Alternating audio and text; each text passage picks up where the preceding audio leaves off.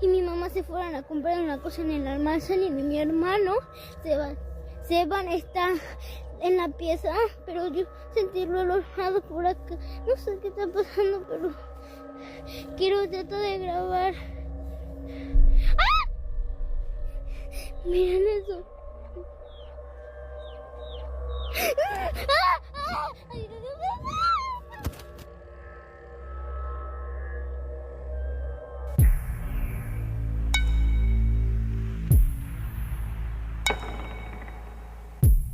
တေချာကြည့်ကြည့်မယ်ဆိုရင်တစ်သားတိုင်တတိုင်းရဲ့နောက်ကနေညနာနဲ့တူတဲ့ပုံရိပ်တစ်ခုထွက်လာတာကိုမြင်ရပါလိမ့်မယ်ခင်ဗျ။အဲ့ဒီပုံရိပ်ဟာဘယ်သူပဲဖြစ်ဖြစ်ဒါမှမဟုတ်ဘာပဲဖြစ်ဖြစ်မြင်ရတာကိုကြောချမ်းစရာကောင်းလာပါတယ်။ပုံမှန်အတိုင်းပါပဲဇော်ဝီနဲ့သူ့ရဲ့ညီမလေးဟာအဲ့လိုမျိုးပြန်ပြီးတုံ့ပြန်ခဲ့တာမဆန်းပါဘူး။သူမြင်တွေ့ခဲ့ရတဲ့အရာကြောင့်ဇော်ဝီနဲ့ညီမလေးစိတ်တန်ရာရသွားခဲ့ပါတယ်။ဇော်ဝီဗီဒီယိုနောက်တစ်ပုတ်ကိုထပ်မသိခင်အထိကတော့ဒါကဘာလဲဆိုတာကျွန်တော်တို့သိနိုင်မှာမဟုတ်ပါဘူး။အဲ့ဒီအချိန်မတိုင်ခင်ဒီဗီဒီယိုဟာပဟေရီအဖြစ်